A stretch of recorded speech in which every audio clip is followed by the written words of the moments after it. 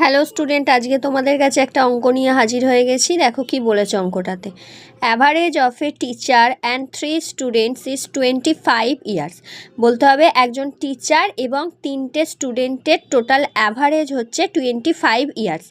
If all the 3 boys are of same age, মানে প্রত্যেকটা boys যদি তাদের একই এজ হয়, তাহলে difference between the age of each boy and teacher is 20 years.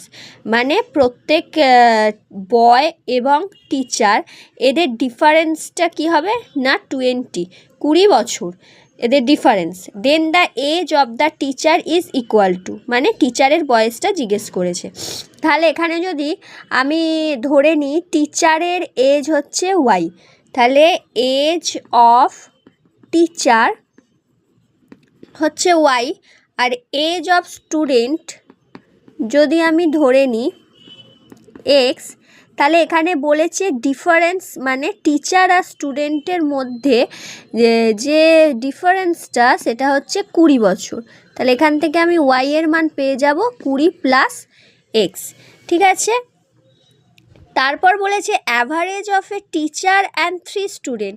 3টে স্টুডেন্ট মানে হচ্ছে একটা স্টুডেন্টের এজ যদি এক্স হয়, তাহলে 3টে স্টুডেন্টের এজ কত হবে 3x।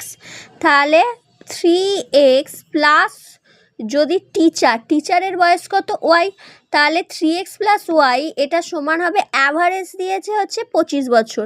তাহলে এদের যোগফল, বয়সের যোগফলটা বার করতে গেলে কি হয় না, এদের টোটাল সংখ্যা হচ্ছে টিচার একজন আর 3জন স্টুডেন্ট, মানে 3 আর 1 4জন। তাহলে 4 দিয়ে যদি আমি 25কে গুণ করে দিই, তাহলে কি হয়ে যাবে, টোটাল সামটা বেরিয়ে যাবে এদের যোগফলটা। এবার দেখো এখানে ওয়াই এর মান হচ্ছে 20 প্লাস এক্স, তাহলে এখানে যদি আমি 3x প্লাস ওয়াই এর মানটা বসিয়ে দিই 20 প্লাস এক্স, তাহলে এখানে কত হয়ে যাবে, এটা 4 25 100। তাহলে এখানে 3x প্লাস 4x সমান কত হয় 4x।